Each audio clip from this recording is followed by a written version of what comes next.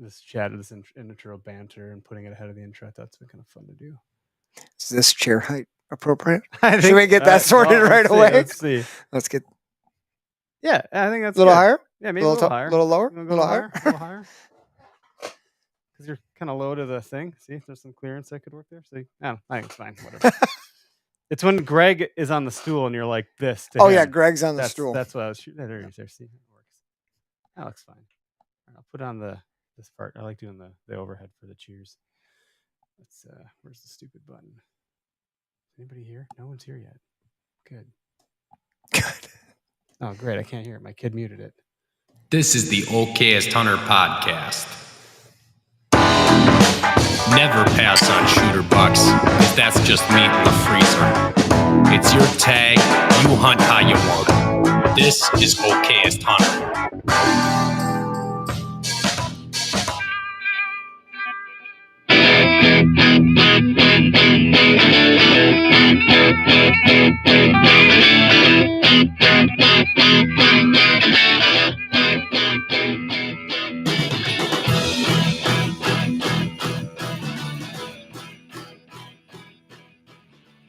Howdy, and welcome to the Okayest Hunter podcast. Hey there, ho there. We are okay, and we're very proud of that. You know it. And even if we're not okay, and we have stellar years like this, and like you had, it's not we're just okay in our demeanor, and we have our issues along the way. We know it's not going to happen all the time. So, celebrating our failures as our biggest teacher in the deer woods, I think that's the best way to learn. And having an okay mantra helps you stay humble and have an open mind, and that's what we're all about here in the Okayest Hunter podcast. You betcha. That and drinking bourbon, and there's probably gonna be some swears on this one, just because it's my fault. I swear, it's usually me. I'm the problem. Hi, I'm quoting Taylor Swift again. I think when I'm out of my classroom, they tend to slip out a little quicker than normal.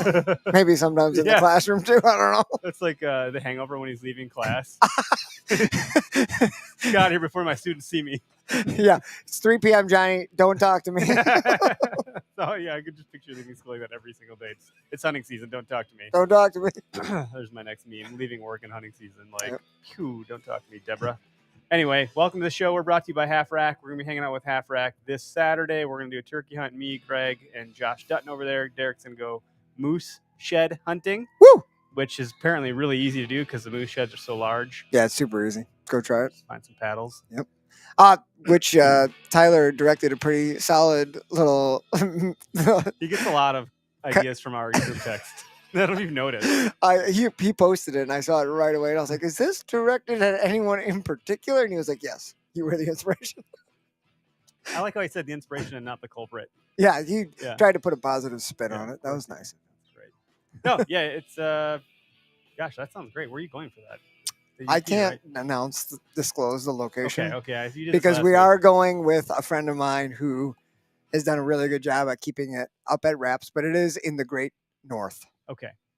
So we got. Moose, it has to be somewhere where there's moose. Yes, that does help when you're looking for the moose antlers. So we're headed north. It's a pretty good drive. And then I'm bringing two buddies. Our buddy Bo from Ghost Bucks Hunt. Sweet. He's coming up. This will be his second year, and then my buddy Lane is coming up. He was a teacher at Peshigo. He and I have done a lot of shed hunting together. So this will be our third year doing it together. And I've gone one more than that with our good buddy. That's cool. So yeah, he's our buddy who lives up there has been doing really well since the snow finally melted because the north would not let go for a long time. So he's been sending just pictures of piles and piles and piles of brown moose sheds. So we are all chomping at the bit. So I'll just stop looking. Yeah. Dude, you're going to find them all. Yeah, he does. He finds a lot of them. And then we kind of, when we come up, he takes us to some areas that he's like looked at on the map, not necessarily put in time because this guy runs like trail cameras, like 50 trail cameras over the winter, all over to try to locate where they're at. And he does his homework. He knows what he's doing. So we get to go to like the maybe areas and like check it out. And maybe it's good, maybe it's not, who knows, but it's still fun looking, especially in a group. So we got walkie talkies and, hit the woods and pack a lunch. And we're out there all day, 4-wheeling in. And that's nice. When you're you're committed to being in the woods all day, that's a different mindset. Oh yeah. Yeah. You get into your groove and your zone and you have those moments where you stop and you're just like, oh, yeah, this is great. Oh yeah. I mean, it's when you get up to those kinds of areas, it's, similar to boundary water stuff. Like you're not hearing other people. You're not hearing four-wheelers, not hearing like it's nice. You're focused. It's beautiful. Like a lone loon. I can't do a loon sound, but you know what it is. Yeah, beautiful. Yeah, and it echoes forever up there because there's just nothing. Yeah. That's the best part. That's cool. Well, I don't know. Is there any half rack stuff you're gonna bring with you to help? I'll probably bring the little camp stool, like that one. I'll bring up there. I don't think I'll need any shot shell holders or gun slings. Hopefully not. Yeah. But I probably will pack a sidearm. So I'll probably bring my pistol with me just because wolves, bears, all those critters are out this time of year. So I'll probably pack that with me.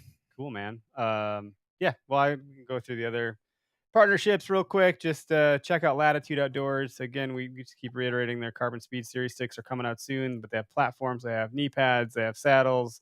They have a number of accessories. Even if you're into saddle hunting, their lineman belt and their tether and all. They have a lot of things, but they've done a really good job of kitting that stuff or creating bundles or kits where when you buy it, the box comes to your door. It's everything you need all in one package. So it's pretty straightforward. There's no metal. These are magnetic. There's no Velcro. So it's like a metal-less, Velcro-less, silent system, and it's all baked in. I know Greg modified his a little bit with I forget what it's called, but some sort of thing that helps with sliding the knots or whatever. I forget what that knot's called right now. Oh yeah, for like your Prusik knot. Prusik knot. Yep. So you can do it with one hand as opposed to doing two. But you can do it with one hand with the Latitude setup. It is. They have a lot of good videos on their site and on their YouTube that will like tutorially walk you through these things or educate you how to use it. So definitely their site is a great resource. Their website or their YouTube's a great resource. Try this stuff out. This is the time of year to like get in your backyard and just start kicking the tires and getting comfortable. And for anybody who's like on the fence about trying new gear, which a lot of people like don't like, the gearhead people love to try it all, and then there's people well, I got this and it works. Can't teach an old dog. For people who don't know, like the gearhead side of things and like Facebook groups, like if you buy something, you can sell it for the same price. Like as long as it's new and unused, there's so much demand for all of this like mobile hunting gear that you can pretty much buy stuff, try it, sell it, and then find stuff you like. Like people do that all the time, and you're not really losing any money. How much do you think I can sell my my old API stand for? Oh yeah, I got the same one. If we could put it maybe $20, free shipping. Who wants this thing? Hey, it's a great stand, honestly. Like, but you gotta, if you're not concerned about noise and all that jazz or easy setup, it's totally awesome. If you don't mind a hollow aluminum tubing. But honestly, if you had like private land and you just had it set as a fixed stand, it probably would be great. It's huge. So there's a lot of space to like stretch out on that thing for sure. We used to hunt out of hang-ons because north of Highway 64 in Wisconsin, you can leave hang-ons during the season. Okay. You can't have like screw-in steps, but you can leave hang-ons, and like any cheap stand will work for a hang-on for a season. If you leave it up for multiple years, it's going to be bad. But like for a season, it doesn't matter. You can buy. We used to buy like the cheap ones from Menards. They'd be like the big dogs. Yeah, the big dogs. I have like 2 big dogs. $35 or something, and they worked. But when you start carrying them on every hunt, that's not quite the same. Set up and tear down. That's what turned me off to mobile hunting initially, was because I was using such complicated. I should say complicated. It wasn't complicated, but it wasn't user friendly. They just weren't designed to do that. Yeah, like metal belt clips and like there's no way to like add tension and tighten it down to like cam lock, and all that stuff wasn't really designed with that stuff in mind. Versus like the Lone Wolf or like even the Latitude platforms and all that stuff. It's very different these days. You got Novix out there. You got Latitude. What's the other one that just came out? That's got some like other. There's like a whole bunch of. There's Elevate Stand Company. Something else that's high up. What's it called? Elevate. Clever name, right? Yeah. That would go really good as a sponsor for Weed and Whitetails. We're elevated. Ooh, get elevated. I don't remember if we talked about it the last time we were talking about Latitude, but we were all talking, the guys here, that like innovating this kind of stuff is super hard because everything's super saturated. It's been done. But what I've always thought before they even like took you on as a sponsor for like the show here is that like they've done a really good job testing new stuff. Like when they came out with that X-Wing, that crazy looking saddle platform, the first time I saw that, I was like, that's interesting because it's different. And I was like, I like to have my feet on the sides of the tree. I always use like the ring of tree steps. So I don't like having my feet together on the platform. I just don't like it. I don't like my knees in the tree. So I saw that and I was like, this is cool. No one's doing that. And so many people were like, oh, that's terrible those design. I was like, subtle- I want yeah, that dude, one. Those subtle changes over the course of like an all-day sit, as an example, it's like if you're gonna spend 8 hours in your bed, which most people do, you lay on your side, and if it's a shitty bed, that spring is gonna really hurt That's your why you back. toss and turn, right? And yeah, so then it's like, well, if your feet are at this degree of, whatever, like over time, your ankle's gonna really start to hurt, or some pressure point's gonna get tripped up in a way that if you ran for 7 miles, you get this side ache that you never got before because you haven't worked that effing muscle before. Like those are the types Less of than things 7 miles for me to get that. yeah. But like that's the kind of stuff that I feel like they're thinking of. At least they're giving you options for reconfiguring your positioning. And if you have multiple go-tos, you can toss and turn a bunch in there, but keep your blood flowing in your legs comfortably where you're not getting like this acute pain all of a sudden, or this hip pinch. If you've never experienced hip pinch, it's not cool. No, it's not comfortable. So like having that adjustability is critically important. So yeah, Latitude Outdoors, check them out. Latitudeoutdoors.com. You can use code OHB, save. I believe it's percentage off on accessories. That may change come hunting season with other stuff, but that's what it is. In Spartan Forge, I'm going to be talking to Bill what is tomorrow? Wednesday? I think tomorrow. I got to check my text right, but I'm going to be talking to him soon. I'm going to try something different from the ad standpoint, and we'll see if he bites. I'm sure he will because it's pretty straightforward. One of my old favorite podcasts is called the Masters of Scale, and they would do this ad that was an interview with a company about, and it was more like a story arc. Like, we're going to hear from the CEO of Microsoft about cybersecurity, and we're going to talk about this one instance where they helped solve this problem. And they would do part of it, and actually it was like compelling enough that you're like, and then they would stop, and then they'd run it again later and be like, hey, back to the story from the CEO of Microsoft. So I want to do like, hey, let's hear a story from Bill with Spartan Forge about an anecdotal story that because he has so many anecdotal stories from hunters about how they've realized success with this app. To just pull that thread a little bit deeper, because we can talk about it on our show about like how we use it to mark pins when you're scouting, or to look at like the forecasting of deer movement predictability, or the fact that they're adding all this tech. That's all fine, but sometimes it's hard to, as a consumer, understand how it's going to work for you if you don't have something to relate it to. Mm-hmm. And the more you hear that outcome-based anecdotal evidence, it's like, oh yeah, I hunted that way before. That makes sense for me. And be good just to hear from Bill. Like, he's just an interesting guy. And yeah, he's as smart as they come. He did. I didn't listen to the whole thing yet, but on Bo Martonik's, Yep. he did like a podcast part on like what makes a good leader, and I was like, oh, I want to hear some of that. And like I started listening to that, and I was like, just like listening to this. Yeah. Like what he says is good. How Bo breaks down the segmentation of his podcast, I have no clue how he does that so fast. Oh, he's got a guy doing that. He's pretty good. Yeah, I'm talking to that guy on Friday. I was gonna say I can give you his name because he messaged and was like, "Can you supplement me with like a whole bunch of pictures and like whatever you have that can like relate to these 3 things?" And then if you go to his show notes and like Spotify, it tells you like at 1:10 you're gonna hear about this. He almost creates like chapters. Yeah. I'm like, oh man, I wish I had the wherewithal to do with ours, because I would say this is the chapter we talked about bullshit. This is the chapter, you know what I mean? That's a big chapter. That's like the whole thing. Yeah, we wrote the book on bullshit. No, but I mean, check out Spartan Forge, SpartanForge.ai. Again, code OHP. I think with Spartan Forge, you get 20% off your annual subscription, which is fantastic. I know we're really going deep into the partners here, but I don't mind. It's been a minute. Method Archery, they're on a tour right now. I talked to Isaac the other day. He's doing all of the TAC events, a Total Archery Challenge. It was funny. I was like, how are you doing? Are you selling arrows? And he's like, no, it's kind of like selling shoes at a marathon. Like, everyone already has shoes. Everybody came with all of their shoes. Yeah. And furthermore, I was like, oh, you should check out this great new attribution tool to like run ads. It's like, I can't run ads on Facebook because we're considered like an ammunition weapon company. So we give lots of the same categories. So we can't run ads there. We can do it on Google and limit it a bit on YouTube. But I was like, oh, good point. So it's stuff like this, like we're, Methods partnered with podcasts like ours and others. Like I think Truth from the Stand is the one, or The Element is one. They've done work with the hunting public. So they have to go to these influencers and content creators and personalities. That's the only options they really have. Yeah. And, I've often said, like, I think the product speaks for itself. It's great. But to me, it's almost like Uber. Like, people are like, Uber is this taxi company, And someone had said, like, Uber is not selling taxi service. They're selling the perception of time, not even time, the perception of time. they're selling you when it came out. I remember the first person I ever talked about Uber, I was like, what the hell is that? Like, you got in a stranger's car? That's weird. And the fact that you could see like where the person was and when they're going to be there and like them en route meant you had the perception of saved time. You could now engage in another activity rather than waiting on the side of the road for a taxi or a car service and not knowing when they get there. You're always on edge. Like, what's that stupid freaking show that was like cabs here? Like, Yeah, I know what you're Jersey talking about. Shore. Yeah. They never knew when it was going to show up. You're always checking. Cabs are here. Yeah. And so then they like solve this problem. So method archery is like they're giving you time back because you don't have to go to the archery shop unless maybe you want to shoot the product at the end of the day. But if you have like most of us have a block target, go shoot in your basement or your backyard.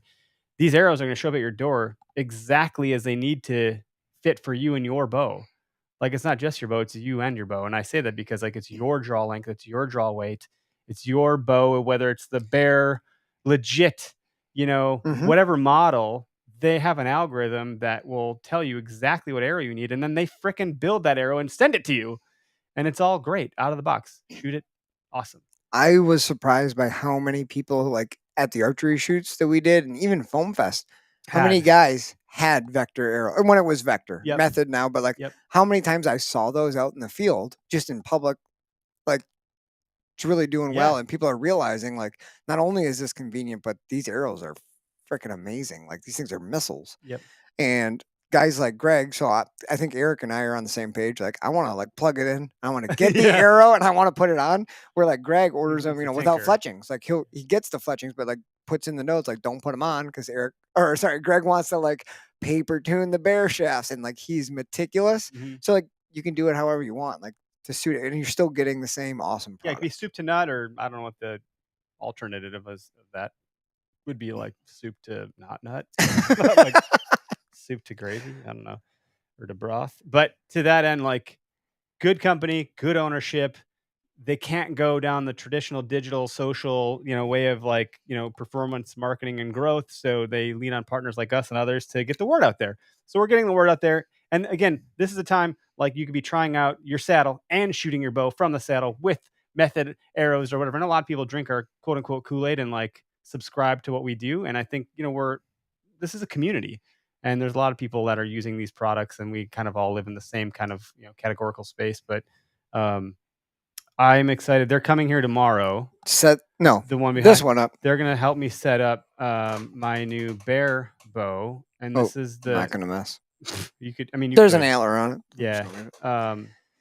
So I'm gonna transfer my sight pin from my existing Bear Empire to this new one here. And then they got a press that is mobile. So they're going to come here in the studio and help me set up. So I'll probably go live and we'll do some fun content. Get some videos of that. And then are you getting then they're going to get different arrows to match this guy up? Branded method and so forth. So I'll be able to shoot like Anthony Heller was just here last week. He's got his archery event coming up in June, like Father's Day weekend. So like I need to have a bow. And I'd like to shoot the new one, not the old one. Hopefully I can be comfortable and accurate with it. So I don't want to have, I'm not going to, although I'm going to the gym a lot, which we'll talk about in a minute. Yeah. But I don't know what I'm going to be at for my draw. And then these will be the first method arrows that any of us have, because we still have the vectors. We all have the vectors. The deer antlers here. And then Go Wild, man, they're doing some crazy shit. They just launched a new product. So they went through some structural changes. So Go Wild is now been gobbled up by their own invention that got put on top of Go Wild called Holler Commerce, which in all technical terms, and I don't think most of the audience is going to give a shit about what this is, but it's embedded commerce / social commerce. And I don't know what that means. Basically the back end of the Go Wild application and site has been graduated into its own thing that's white labeled for other businesses. This is a form of affiliate marketing. It's really exciting if you're nerdy about that stuff like I am. But on the flip side, Go Wild as a product has done so well in creating community, creating social cloud around products, around commerce that people can rally around in a meaningful way, where we talked about it's not just bullshit Amazon reviews or bots. It's real people that actually select the products they're using for their gear, their setup. And you can go and see it. And like that Derek Melkor uses these products and stands behind it, like quite literally and legitimately. And then there's reviews on top of that in addition to it. So like seeing who the hunting public will do it. You watch hunting public, and a little pop out. They're shooting this bow with these specs. That's kind of cool to see. That's the cool part is like you can see the products not just like on a review post, because review posts I'm always skeptical about because I'm like, Yep. are they getting this product? Like, is it a And in here, truthful, it's not. unbiased, It's true social? But you have people posting their trophy photos, right? You Yep. earn points for posting it, and then they tag the gear they used, and Yep. like in the store, you can like pull a review out for yourself. You know what I mean? Like hit the deer in the shoulder, it went this far, and you're like, what heads was he using? And you can look down and be like, oh, so they actually perform. You know what I mean? Like you can do it your own. When you post a trophy, it literally says, where did you hit it? How far was the shot? How far did it travel? And then recovery. you kind of reverse engineer. Well, what gear were they That's using? how I always did it. Is like reverse engineer to get like, let's get the real review. Let's work backwards from that here and see what really happened. It's like, and it wouldn't be trophy is a relative term. It just means I actually killed something. Yeah. Or found something. You can do like trophy. People are posting like morels or like 9-inch bluegill trophy photo. Like it's cool. Yeah. Or sheds even. Like I think I posted some. Yeah, you did. Yeah. So Jacob, it's the kid's bedtime, but earbuds are. Oh, he's listening in. Thank you, Jacob. Nate, what's up? Longtime listener. Haven't been able to watch live. And then AJ Kazmierzek. Man, AJ, I can't say your last name, but he's Kazmierek? Yeah, Kazmierek. He's the coffee Viking. He's the one that helped me pick out this new bear bow. Oh, sweet. This is I can't think of the name of it. It's with an R. What is it? It's on the limb. You could grab it. That shed can just move. There you go. Why I'm so bad at remembering names. Legend XR. A Legend XR. 70 pounder. So yeah, he helped me. I called him. I called AJ because I don't know if he's like a bear ambassador, but he was at ATA and he helped me. I was gonna go with the Adapt, which is like the new, or is that the hunting public one? Yeah, that's the hunting public one, and I liked it. It felt very forgiving, which is something I need to have. And then there's one that I think is like above this one in terms of like what I think would be more lethal. Mm-hmm. This was the middle ground between those two, the Legend XR. So I felt like, well, the Adapt was comfortable. Let's see if I can go to this step up from that. And this is what I picked. So yeah, I'm excited to get it tuned up tomorrow with the Method guys and fire some arrows through it. I imagine some of my existing vectors or the legacy vectors will fly through this to some degree. It's got nice big round cams. Like this has got to draw really nice and smooth. It felt good when I was. It's got to feel great. Those things are huge. Yeah. So that's cool. It'll be sweet to have that set up and ready to go. Yeah. Yeah, and so when I go to Go Wild, I know they have a partnership with Bear and they have Bear products. All that means is that they have Bear products integrated to their platform, and I can tag that that's the bow that I'm using. So you'll be able to see that on Eric Clark's profile at some point. Woo woo! Which is cool. Yeah, so it's fun. So check out Go Wild, timetogowild.com. Again, code OHP for all of our partners. OHP stands for OKS on our podcast, in case I need to spell that out quite literally. I get to set up a new bow soon also, hopefully. Yeah, I got a new bow on order. I got the new Matthews Phase 4. So my buddy Bo that we were just mentioning, if you haven't checked out Bo's channel, I'm going to plug him. Dude, I was going to do it if you weren't. If you haven't checked out Ghost Bucks Hunt on YouTube, please go over there and give him a subscribe. He does amazing work. Super good guy. 2 little kids, similar to Eric and I's position, and he just maximizes his time. I don't know how the guy edits, hunts, film. Like, he does a great job. And he's a physical therapist by trade. Physical therapist, nicest guy, super humble. Hopefully we can get him down here in the studio soon and do a little podcasting with him. But go check out Ghost Bucks on YouTube and give it a subscribe. But through the work his dad has done, through his whole career, his dad is writer for Bowhunter magazine for a long time. He's got a deal with Matthews Pro Staff. So we were able, as long as we continue filming, to work out a deal with them to get some new bows almost every year if we want. That's cool, man. So I got my awesome bow from last year that I loved, that I shot my biggest buck with, and his dad talked me into ordering a new one. So I'm going to hopefully get set up with some new arrows and set up my bow when it comes in. Yeah, well, when you get it, let's talk about arrows and make sure you're squared away there. For sure. Guys. Yeah, so you get what you need there. We'll see our beginning partnership with Bear evolves or blossoms. I know they gave us some bows to give away for Foam Fest, which are the legits. We have a pink camo and a what is this, the Fred Bear camo, I think, or that bottom one. Foam Fest, by the way, I've gone to Horican Marsh Bowman HMB twice in the last 2 weeks. One was for the leadership at admin meeting to add our event to the agenda, and then I went last week for the all. I didn't hear how it went. I went for the all member meeting, which is an annual member meeting, to like flesh that out further. All is looking mostly good, but they're in the process of converting to a 501c3 not-for-profit. That won't be done until June 1st. So June 2nd, we're following up to try to find a way, because they would have to rent out their grounds or their property. And if they're doing that we're a for-profit business, we're not profit. Yep. We are not a not-for-profit. And so that implication has some effects or impacts that like neither of us fully understand. So they have a lawyer. We're going to figure out how we need to like craft this. Yeah, so to make it work. Can work. I don't think it'll be an issue, but quite technically, I don't have it fully confirmed yet. So I'm just waiting for that to happen. It's interesting because last year we were going to go to a brewery, and then that fell through because of legal things with the township. So then we land on Horick and Marsh Bowman. Loved it. Great. Let's do that again. Felt like a slam dunk. Boom. They're switching their stuff. I'm like, man, this is just continuing to be a complicated. We just want to shoot our bows and have fun. I just want somewhere to go to have an event. So anyway, that's where that stands at the moment. I suspect it should be fine. And once I turn that corner, we're going to be full steam ahead on planning that. But tentatively, it's going to be just if you want to like placeholder your calendars, August 26th with camping overnight. There's no events on that Sunday. It's just overflow to handle people that spent the night to camp. Put it on your calendar. So bonfire, do it, camp, stay. There's nothing in the area as far as hotels. There's nowhere to stay. So I know a lot of people last year drove from quite a distance. Yep. This way we can accommodate people that, want to come, stay, and then leave on Sunday. If you are interested in staying in a hotel or something like that, which I think it'd be more fun to camp, but depending on weather, I'm in West Bend, which is maybe 20 minutes away. Okay. And there are a couple cheap hotels that are right down the road from me that if a person really wanted to it's like 20 minutes away. It's not bad at all. Easy 45 drive. minutes for me in Oconomowoc to get to Oregon where they're at. And it's straight up, what is it, Highway P or something like that. Yep. I forget what the highway is, but it's just, you just drive all the way until you're there, but it takes a minute. Awesome course. It's beautiful. It's great. It's secluded. It's nice. It's open. We'll have saddle platforms. We'll have vendors. We'll have kid events.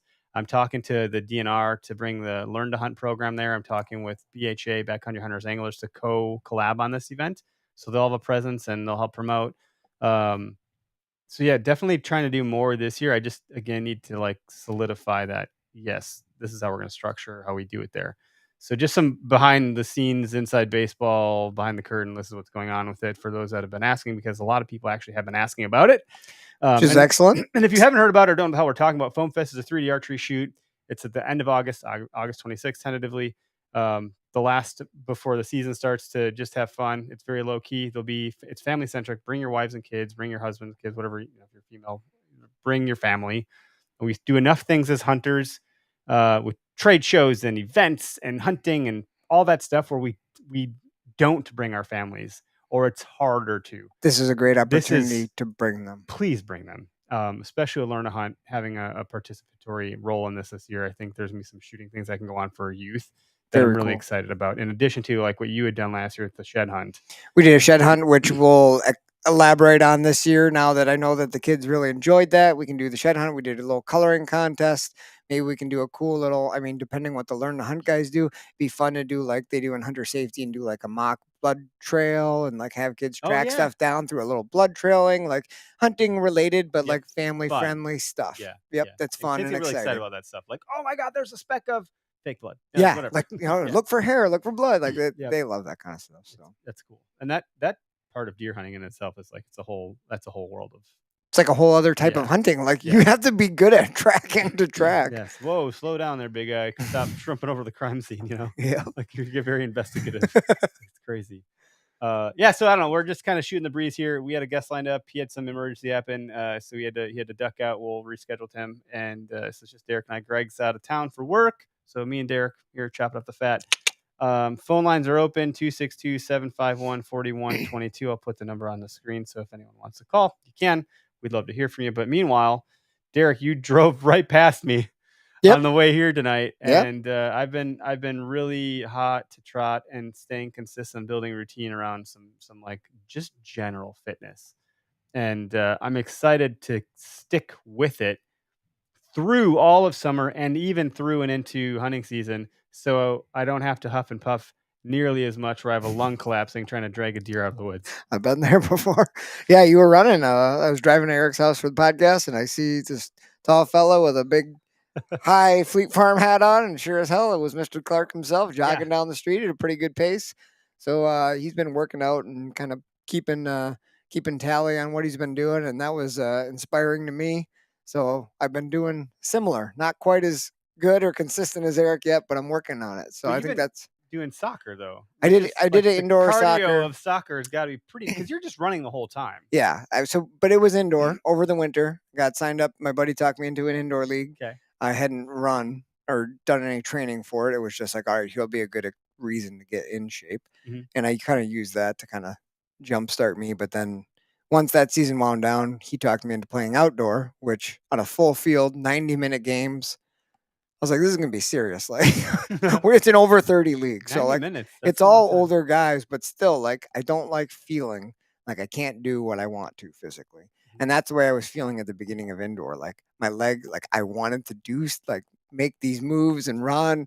But I couldn't do it. So I was like, I need to do something. Has it like progressed positively? Oh, yeah. Just playing the indoor, I've progressed a lot. And then, like, I ran every weekday last week. Got up and ran yesterday morning. Every day? Every day. You're not resting in between? No, every day. No shin splints? But I'm not going far. How far are you? 2.5. 2.5 miles, 3 miles maybe. You make it sound like I'm barely doing 3, miles. Yeah, but I mean, I just got off a soccer season. Okay. You know what I mean? Like, so I've been doing that. How many miles do you think you run in a game? Like, in an indoor game, I don't know. But indoor, outdoor, look, what's the difference? Like, the field's way bigger. Oh, outdoor. The field size is different. Field size. Is I didn't know that. Okay. Yeah, field size is way, way, way, way bigger. So you're gonna cover 5 miles in a game outdoor. Holy shit! Yeah. Holy shit, that's a lot. You're gonna cover 5 miles, and a lot of that's gonna be sprinting. You know what I mean? Like, you're gonna sprint, and then you're gonna jog to catch your breath, and then so that's gonna be. I gotta buckle up here. I gotta get to work. So I did not run this morning, sadly. Well, chose to sleep. Are you running early? When are you running? I ran a couple times after school when I had time. Otherwise, been getting up at 5 and just running. I usually get up at I usually shower at 5:40, 5:45. So it gives me about 40 minutes to go for a run in the morning. 40 minutes is good. Yeah, that's a 4-mile run. That gives it. Yeah, a mile. I was doing like 2.5 to 3 miles. Give me a little cool down walk, and then I would stretch it out outside and stretch and go hop in the shower and on with my day. I enjoy running in the heat of summer. So like these 90, 100-degree days, like I'm looking forward to those. That's where I'm at. That's what I really want. You're a ridiculous person. We have a caller. We haven't had a caller in a while. What do we got here? Let's find out. Calling from Madison, Wisconsin. Hey, you're live on the podcast. Hey guys, how's it going? Hey, good. How are you? I'm doing all right. Who do we got? What are you calling about? Noah. Oh, hey, Noah. I talked to you guys a couple months ago. Hey, buddy. Thanks for calling in. What's new? Well, had very much an okayest turkey hunter season. Ooh, let's hear about that. Well, I'm it's actually my first year turkey hunting, and got out zone 2, time zone B. Got kind of lucky with that. Yeah. A was pretty nasty. Yeah. It was cold, but I mean, it was interesting. First day out, I blew it 4 separate times. Mostly just me moving. Hens all around me, and then they just bolted. Went out a couple days later. Oh, sorry, go ahead. Were you sitting on the ground, just like leaning up against a tree, or were you in a blind? Like, how were they picking you off? Yeah, I was just on the ground. Yeah. Public. I have a blind, but I don't quite like the public land requirements of needing that 24 square inches of orange on each side. Mm-hmm. I believe it is. I just feel it could give it away pretty good to the turkey, and it's a hassle for what I'm thinking. I hear you. So how'd it go? Do you have a do you have a specific story? Well, I had a tom come in. I actually had a little decoy setup.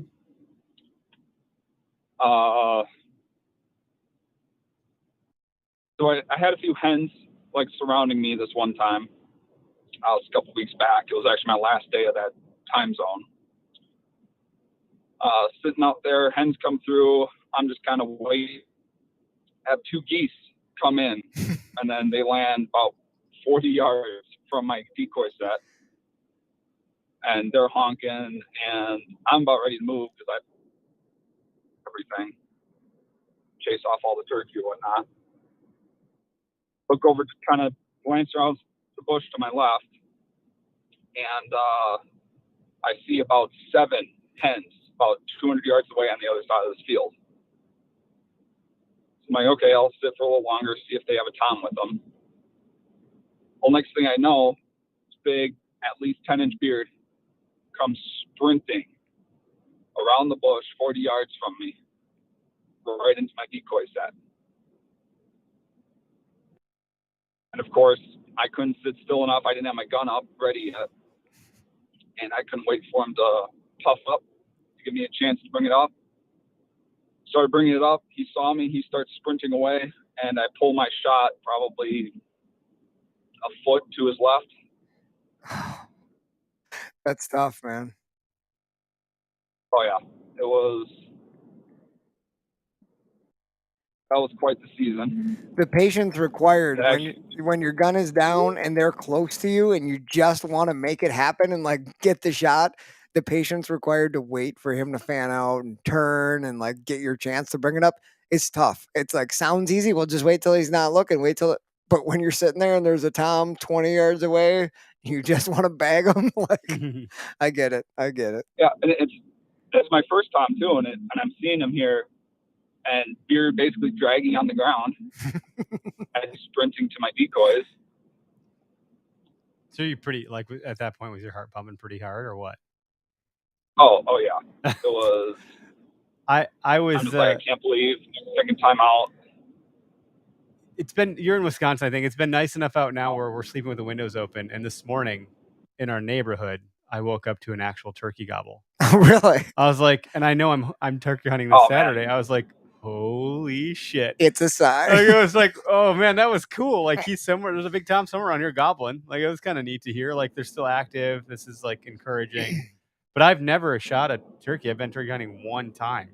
So I'm sure if anything happens, I'll be like freaking the heck out. You will. I will say I did go on another trip. This last weekend. We were on 2 toms all weekend on some permission land up by Eau Claire. We had 2 toms the entire weekend. Saw them, everything, huge toms, but they were henned up the entire time. So no calling we did ever got them in. They just didn't care. Yeah. No need. And the closest they got to me was like 70 yards. It was through brush. I'm not going to take that shot even with my tungsten. Yeah, that's a poke. 70 yards through brush. But every morning when we could just hear them gobbling on the roost, and they got fired up too, it was even not getting a turkey. Just that experience was great. Yeah, that pre-light gobbling, like you know there's like promise, like you have a chance. Like that excitement is why I turkey hunt. Any opportunity at a bird or like seeing any query, whether it's deer, bird, it doesn't matter. Like seeing something in and of itself is part of the reward, if you ask me. The getting one is the extra bonus. That's icing on the cake. That's what I always loved. And like as a younger guy, like talking like teenager into my early 20s, talk about like getting excited from like seeing a deer, like that moment when you hear something walking before you see it, you know, like that anticipation of like, what is it? Like, and the gobble from the roost, like that's like the feeling of like, oh my God, like I'm in it. I'm here for like, this is cool. Like I love that feeling. Happen. Yeah. Yep. You just don't know. The anticipation is everything. Cool. So you learned a lot, I'm sure. Oh yeah. Oh, it's getting better every time I do it, but no, that's cool. Yeah, definitely have to get more tags for next year. Heck yeah, buddy. Do you have any leftover tags for period E or no? No. So I got my zone 2, and then I bought 2 extras for this last weekend for this hunting trip I was going on. And then I just never thought to get any more. Yep. Zone 2 is already out, and zone 1 I haven't looked any of the public land over there, at least from what I look for. What's nice about these late seasons, I mean, the bugs, the heat can get bad in the later seasons. But what's awesome about these later seasons is if the toms are hanging with hens or won't cooperate, there's enough green on the trees right now and in the grass where you can just move on them. Like they can't see into the woods, they can't see as far. So you can like get in front of them, stalk around, and like forget the decoys and the calling a little bit. And like you can move on them where early in the season when there's no leaves, you can't move a little bit like you learned in the second season. Like they can see movement so much further away in the early seasons, and now like person can just duck behind some grass and like make a move and get in front of birds, which is kind of fun too.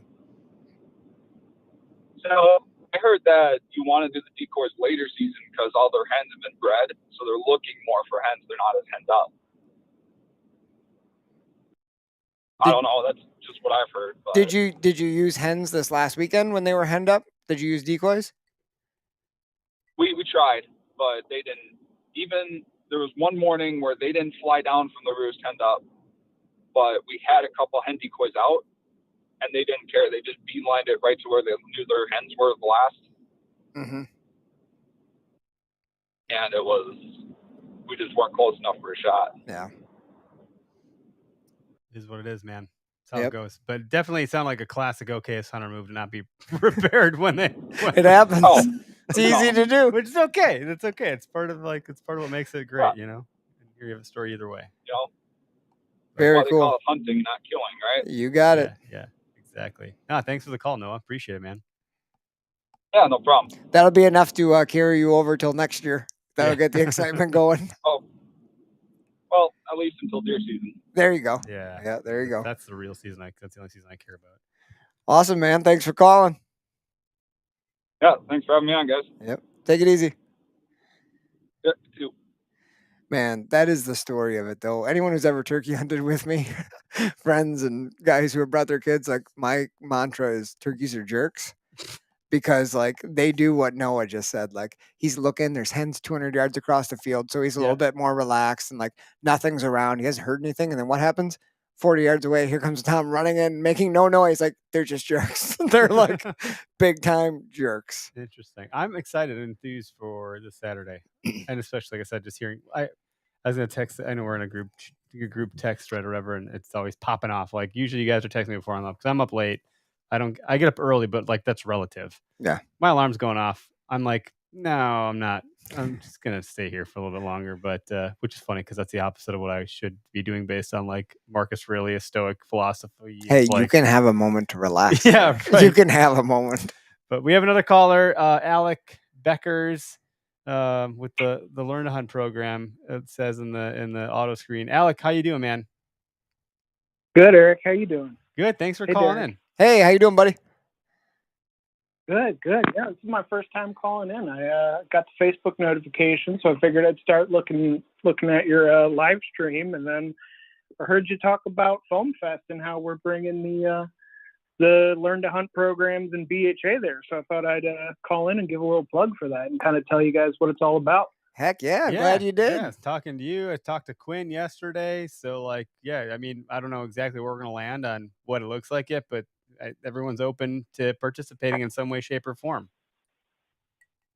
Yeah, I mean, Learn to Hunts are very near and dear to my heart. I was an adult onset hunter myself, and I was actually a student of a Learn to Hunt put on by Pheasants Forever and National Wild Turkey Federation years ago. So John Motoviloff and Marty Bozis, they're now both with Pheasants Forever. They put it on. And that's what got me into hunting initially. And now here I am working with Quinn from the DNR and BHA. We're putting on all of our own Learn to Hunts.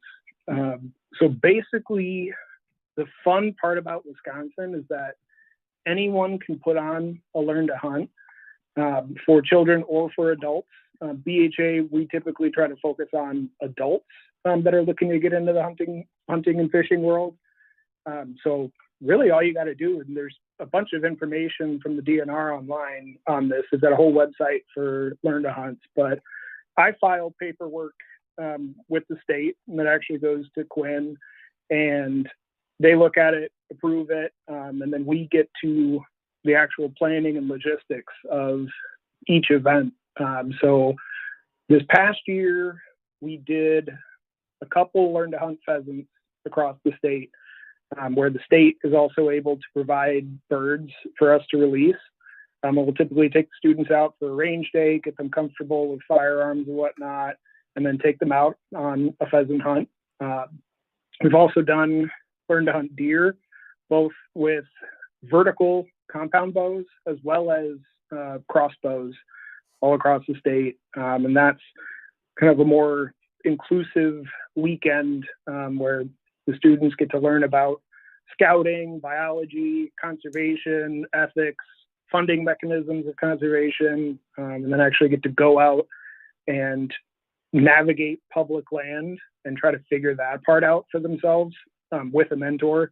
That's always the challenge with getting into hunting, especially on public land, is where the hell do I start? So we walk them through that and hopefully try to get them a deer, and then be able to show them how to break it down, how to get it, to a field dressing state, or if they want to butcher it themselves, we can walk them through all of that. This past winter, we even did a Learn to Ice Fish event out here on Pewaukee Lake. Wow, cool. That was a lot of fun.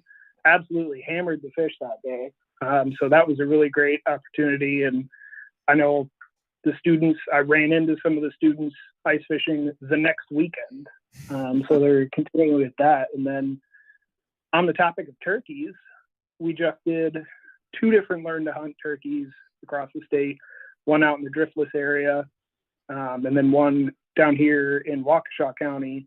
And the one that I did here in Waukesha County, we had 2 out of 6 students harvest a mature tom. That's awesome. And again, wow. yeah, all on public land. And those students also had tags for the regular season. They were able to get out there and get some hunting in on their own. And then I've already filed paperwork for this fall. So we're going to do Learn to Hunt waterfowl, Learn to Hunt deer, and Learn to Hunt pheasant here in Waukesha County. And then we'll also be doing similar programs all throughout the state. But if the listeners have any questions or comments on Learn to Hunt programs, visit the DNR website. You can get on a mailing list, learn how to hunt for a new species, try to get into a new endeavor there, or you can check out BHA, and we should be able to provide some information there as well. That's pretty awesome because like I've not gotten into turkey hunting because I haven't had someone like show me, like to go with, to learn how to do it. That's a barrier of entry. Talk about like, public land's such a barrier. Like it's hard to figure out. It's a problem. Not a problem, but it's like a hard thing to think about if you've never done it. But having someone like an organization teach you all of these things, that's helpful. I can't believe that people are just, I shouldn't say I can't believe. It's really cool that like people are like signing up for doing the course and then also sticking with it and having success. That speaks to the success of the program. But that's pretty cool because I've not really hunted pheasant. I know we have the Upduck podcast on our network now. I could certainly learn from those folks. Like we have the fishing podcast, we have ours, but like I've not hunted much other than deer because my dad showed me how to hunt deer, and that was about it. I never learned how to trap or hunt turkey or hunt anything else. So I've not really cared because it's hard to go to a place or a person to find out how to do that. And there's a lot of stuff that exists now, but the fact that it's put on by the states, the DNR, like there's always going to be something you probably find in your neck of the woods. It sounds like you guys are in our backyard. And then I would be curious if you guys could spark up any relationship with the Waukesha County Land Conservancy folks. They're a not-for-profit. We donate to them.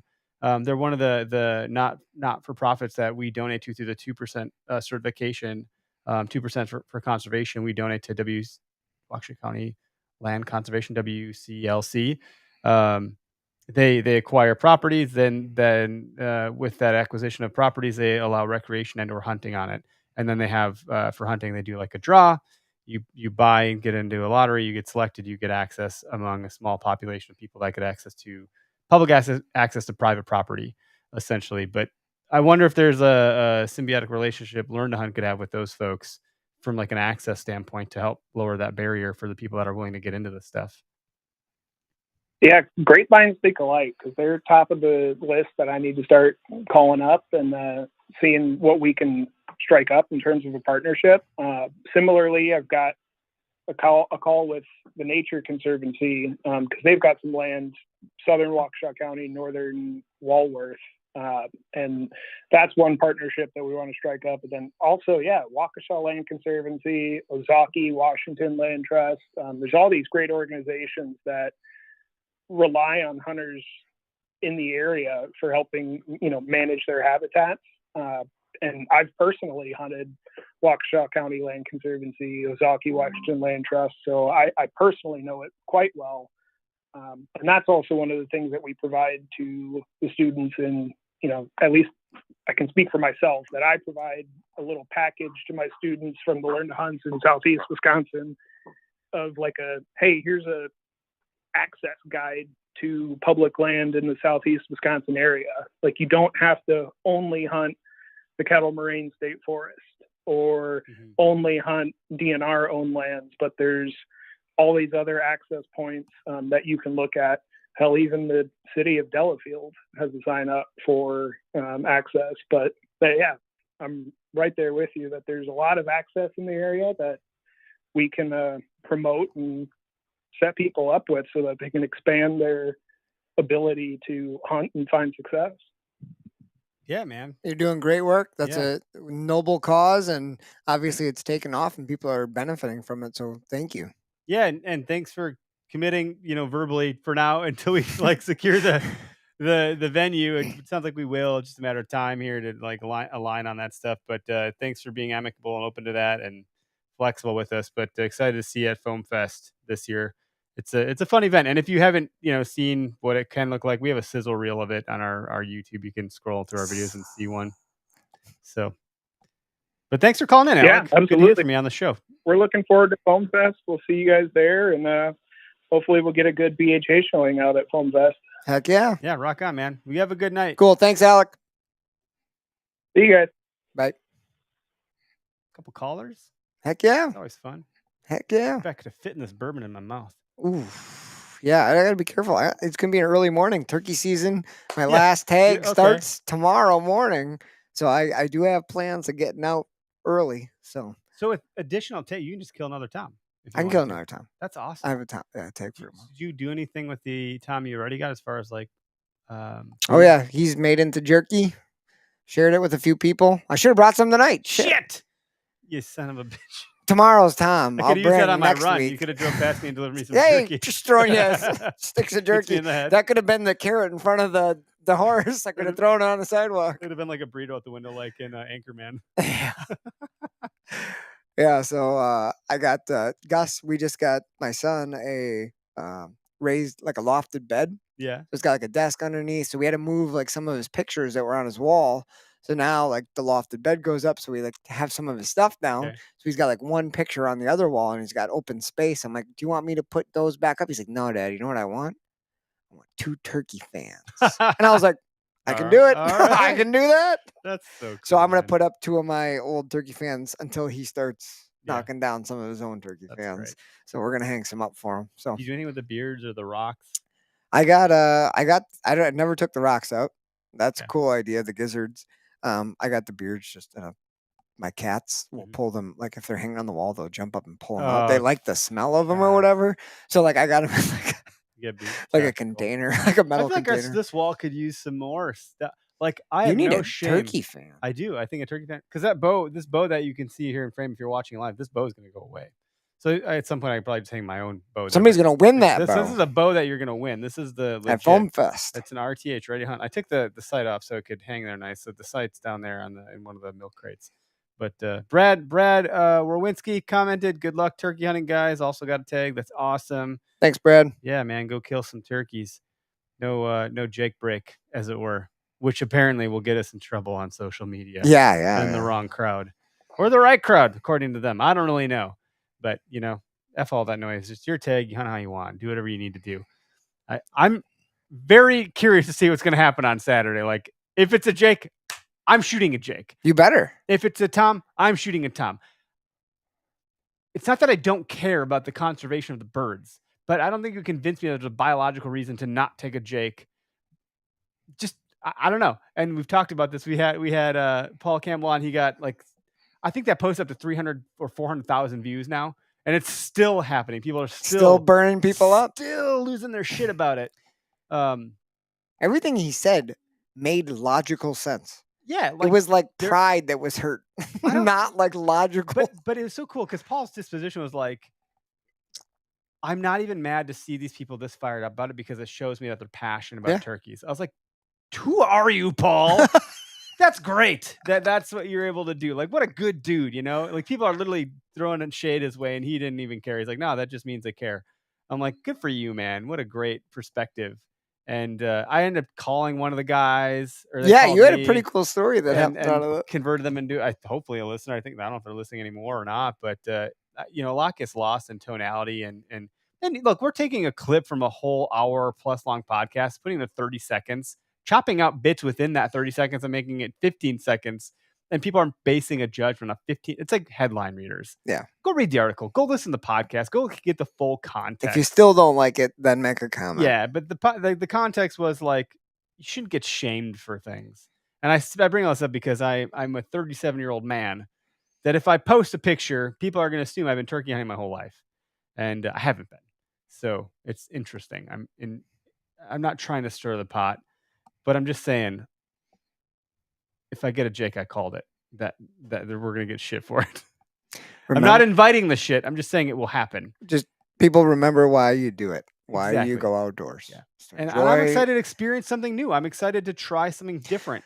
So learn something. How much do you know about this weekend? Like, I want to hear what's the game plan. I don't know. What is happening? Where are you hunting? Is it public? Is it private? Is Dutton putting you? Does he have them scripted? Like, he's got a bird with Eric around its neck. Nope. Like, what is the story here? What's happening? I need to know. So Greg Tubbs, the man, the myth, the legend, who's going to be?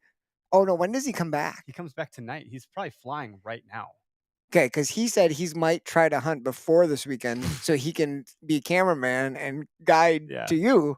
So I was wondering if he's hunting tomorrow. I don't know. I'll wear a GoPro.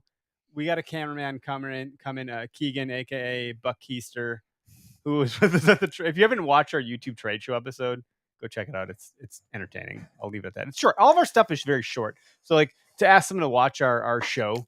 It's not like a big 10 ask. minutes. Yeah, like 10 you can watch the whole entire season inside of like 50 minutes or something. Like it's not a big ask. But he's going to come film. Josh Dutton's coming. Greg's going to be there. It's Greg has the property picked out. I don't actually remember. He's told me, but I don't remember. He tells me a lot of things that I don't remember. It might be public. It might be private. I don't remember. It's something. Either way, it's one of those. Yeah. Either way, he has figured this out for us. He's basically our turkey guide. And if he kills a bird, he'll run camera. And the way he put it, he's like, Eric, I'm going to put you in the field with the decoys with the cameraman because he thinks it's a done deal, slam dunk. He's like, I think it is private. Turkeys will come through here, according to Greg. Him and Josh are going to go pal around the woods and see if they can't do something also in a different way. And if so, I think Greg then would be running some sort of camera to add to the, shenanigans of which we put out to the internet on YouTube. So there should be some sort of show or like episode to follow for Eric's first turkey hunt. But certainly like Half Rack's going to be there represented through Josh. Keegan will be filming. He's a character in and of himself. So I don't even know how that's going to go. I'm sure that'll be interesting. Cool. He loves turkey hunting. So I don't even know if he's getting. The plan is to meet at Quick Trip in Lake Mills at 4:30 in the morning on Saturday. That's as far as I've gotten with it. It's a good plan. The rest can't go wrong with a Quick Trip. No, so let's start a Quick Trip. It's a good start. I'll get a greasy sausage, whatever the hell they call it. It's not a Mick. It's just a what's it called? I don't know. I have no idea. Breakfast what are sandwich. those called? Breakfast? Yeah, just a sausage. They got the croissant muffin. sandwich. You get the croissant sandwich, the sausage, the egg, the cheese. You're ready. That's a turkey killing recipe right there. Yeah. So no, that's it. Like Saturday, I told my wife, I'm like, look, I'm gonna hunt on Saturday. Maybe I'll be home soon. If it goes well, maybe I'll be home later. If it doesn't, I don't really know. Because if it doesn't, I imagine we're gonna want to like try to track these things down in public and try to make some moves and make it happen. Which is fun too. Like the sitting is like sitting for deer. You know what I mean? Like if nothing's gobbling, it sucks. All I know is I'm dousing all of whatever. I don't even know what camouflage I'm gonna wear. I have to dig that up from deer hunting season, which will be very interesting. I'm gonna douse it in permethrin. Like you gotta do that beforehand. Yes, and let it dry. I'm just gonna let it do its thing. Probably tomorrow night or the night after, depending on the rain forecast. If I do it outside, it can sit. But we went out morel mushroom hunting with the kids on Saturday. I think it's Saturday. Dude, we looked pretty good. We went to. I can't identify an elm tree, but we went to every dead tree.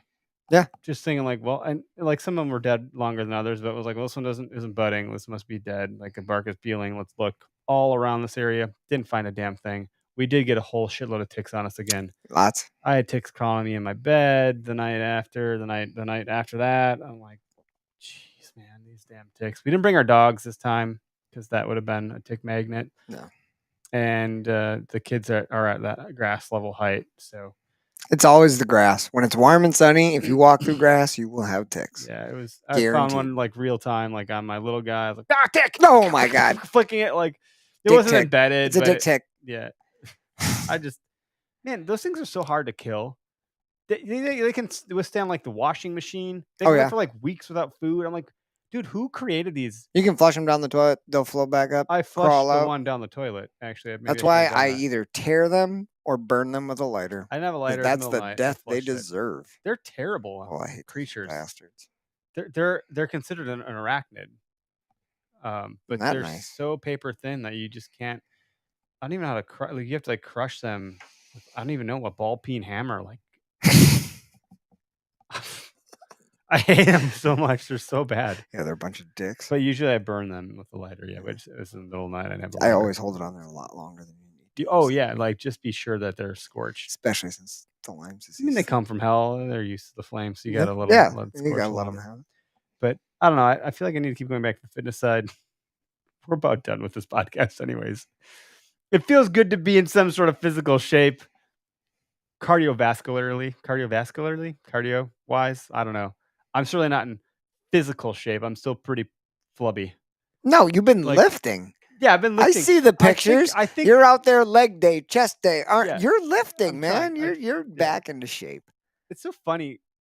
I'm not trying to convince anybody to do anything. I'm not also trying to do it from an ego standpoint, but I just feel like sharing helps keep me accountable. Oh yeah. And it can help inspire. Like, if this dipshit can do it, I can do it, is how I think people should think about me. So that's a pretty egoless way to think about it, Eric. But I enjoy it. I enjoy the sharing the journey or whatever, but it's like it's an accountability thing. And the day I stop, you just stop going to the gym. And I'm like, shit, I should get back in there. So that's the reason I shared my Instagram, which then goes to my Facebook, and hopefully I'm replacing the fat cells with muscle cells, and eventually it'll start to look different. But I don't think I look any different. I feel a lot better. Well, that's huge. Like, I feel stronger. I feel mentally more, I don't know, like my recall is better. I'm more checked in. I feel like leaner or something. It just feels good to do stuff, to know you accomplish stuff. Yeah. In the days I don't do that stuff, which is not many now, because I'm like trying to build in routine. Since we got our third kid, I've just been knocked off the train, and it took me about 1.5 years to get back on. Essentially, is how that worked out. If I look at like when our last son was born, I was like, yeah, well, having a third kid is a transitional thing, and it took about 1 year to get back into something. At least it was just so difficult. And for all the dads and parents out there, you know what I'm talking about. Dude, I haven't been on a routine like a fitness since my son was born 6 years ago. Like, I haven't done what I'm supposed to do. I was so regimented. We were talking about this ahead of time, like before we recorded. Like, I had a guy that I used to work with that was like an MMA fighter, bodybuilder, and physical trainer. And like I just worked out with him because we literally worked together, and we go to the gym afterwards. And then I learned a lot from him just through osmosis, and I applied a lot of stuff even after that. Not taking what you. Yeah. But when you have kids, you can like do whatever the hell you want. Yeah. You can, if you are listening and you don't have a child at all, you better be doing something right now. You are the center of your own universe. Go. When you have a kid, the book I listed, The Daily Dad, all about stoicism. Like Ryan Holiday wrote The Daily Stoic. He wrote Ego is the Enemy, Obstacles Away, Discipline is Destiny. All these great books. Like what's the other one? I don't know. Like there's another one about like how to slow yourself down and just like enjoy the moment and be present and so forth. But now he wrote this book called The Daily Dad. So every day I listen to a little bit of it, and it's great because it helps me check in as a parent, as a dad. It helps me like remind myself, oh yeah, my kids are my priority. They're the most important thing, so on and so forth. And this excerpt this morning was like, if you don't have kids, it's a rude awakening when you do to realize you are no longer the center of your own universe. Like if your kid is sick, you're fucking sick. If your kid is gonna, stay home, you're staying home. Like they are dependent upon you. They need you. They rule for you. everything, and you should put them first. Like it's unconditional. It's unconditional. So yeah, they come first. So like I can't go to the gym today because my kid needs me. That's what happens. But my kid also needs me to be in physical fitness. Like I need to be a dad for many years, not less years. And a lot of the There's things, like shit to balance here. a lot of things on that same plane, like, some people will be like, oh no, that's time away from your kids. But like the more your kid sees you do Yes. like good things, Yep. like the more that gets instilled in them. And like I'm a big believer in that. Like do what you're passionate about in front of your kids, with your kids, involve them, because like they need to see like you doing that. Yep. And like you happy and you doing things that are benefiting like the family and you. I think that's important, especially at a young age. Like, This is how the book starts. To echo what you're saying, it's I think this is it. I just this is the Googled while you're talking. Ryan Holiday Yeah, he references this poem. Poem. poem. He's really emphasizing The poem. This is the bourbon here now. This is not it.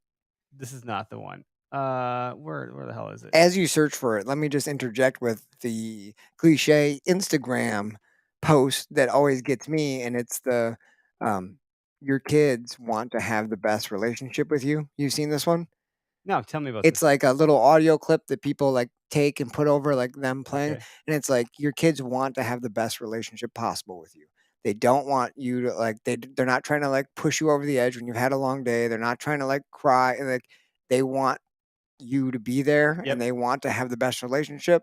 So just a reminder, like all they're trying to do And they didn't choose is to be here. your best friend. You chose to bring them. Yeah, here. all they're Like, trying to do is yeah. have the best relationship they can with you and get your attention and like Yep. be loved by you. And Yep. like when I hear that, I'm just like, let's go do something. Let's go play. Let's go. I want to go. My daughter's in dance, so we went to her like thing. Her big culmination is coming up in like a couple of weeks, where she gets to be on stage in front of like everybody and do the thing that she's been like learning for the last several months. So last night we went to her dance studio, and we got to be invited into the dance floor room and watch Cool. as a rehearsal almost. The look I got from my daughter looking on to me to know that I was there watching her doing the thing that she's been doing. Dude, I was like tearing up. For and real. I'm going to tear up right now talking about this. Like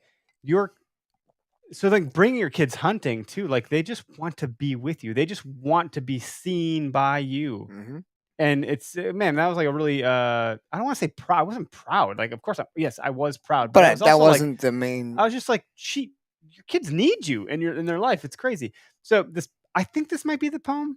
Walk a little slower, Daddy, said a little child who is so small. I'm following in your footsteps, and I don't want to fall. Sometimes your steps are very fast. Sometimes they're very hard to see. So walk a little slower, Daddy, for you're leading me.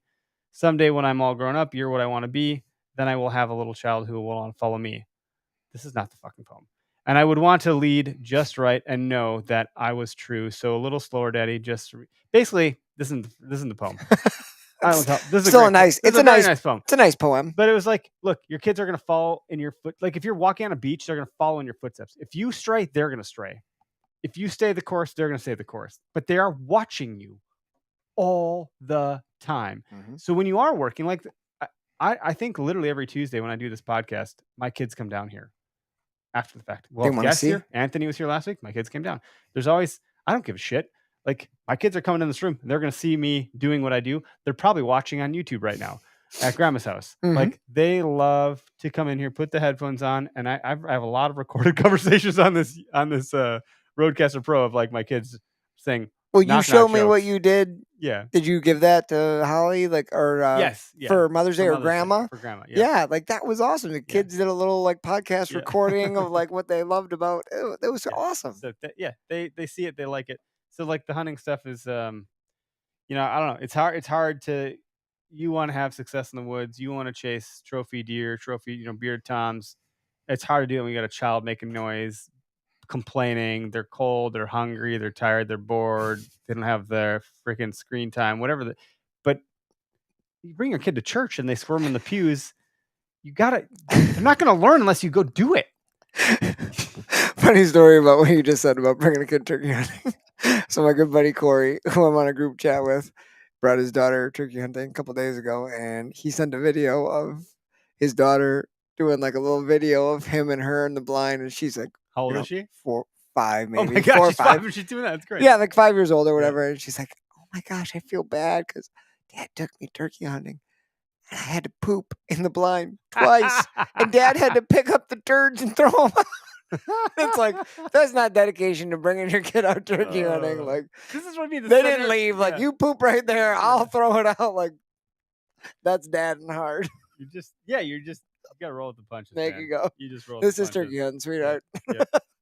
My kid climbed out of he's learned how to climb out of the crib a long time ago, my youngest. But he stopped doing it. Like, I think he scarred himself. And I was like, no, I'm not gonna do it. Well, then the other day I heard like quite the thud on the monitor and then just in general in the house, like I was loud. And then I hear like crying. I'm like, oh yeah, he climbed out. And he didn't just climb out, he fell out. Ooh. When I opened the door, he goes, ouch, my head. And I was like, picked him up, and he's fine. Like, this kid feels no freaking pain. Tells me he hit his head, didn't give a shit. Now he's confident climbing out of his crib like every 2 seconds. Perfect. Can't keep him in. I'm like, well, it's over. So I don't know what the hell we do now. But I don't know where that was going other than like, yeah, you got to roll with the shit is constantly changing. But start them young. We had this conversation on the show last week. I posted a micro clip of it, like that we don't know the age that you would bring a kid hunting or let them actually like pull the trigger or pull back and release. Bringing them hunting is one thing. Letting them hunt is another. Letting them make the decision to kill or what have you is a different thing. But I think the more they're exposed, the more comfort you'll build into that process. I think you said it right. The exposure and letting them know that it's an important part of your life is enough sometimes.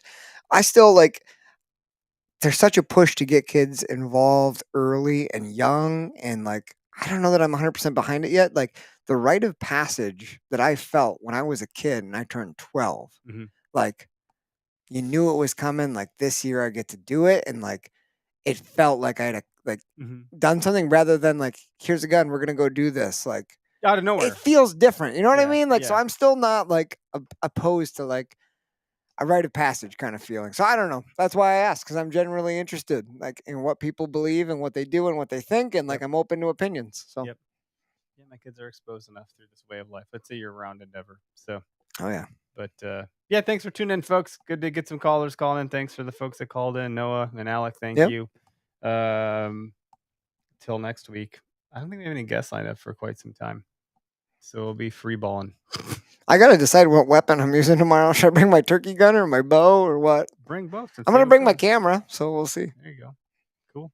All right, everybody. Well, what's it? Where's the... There it is. Something. I hope you guys all have a great week. Go out there. Do some fitness. Introduce your children. Good luck turkey hunting for those that are still after it, like myself, Eric, and Greg.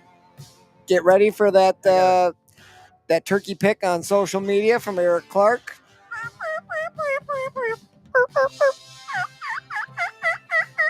There it is.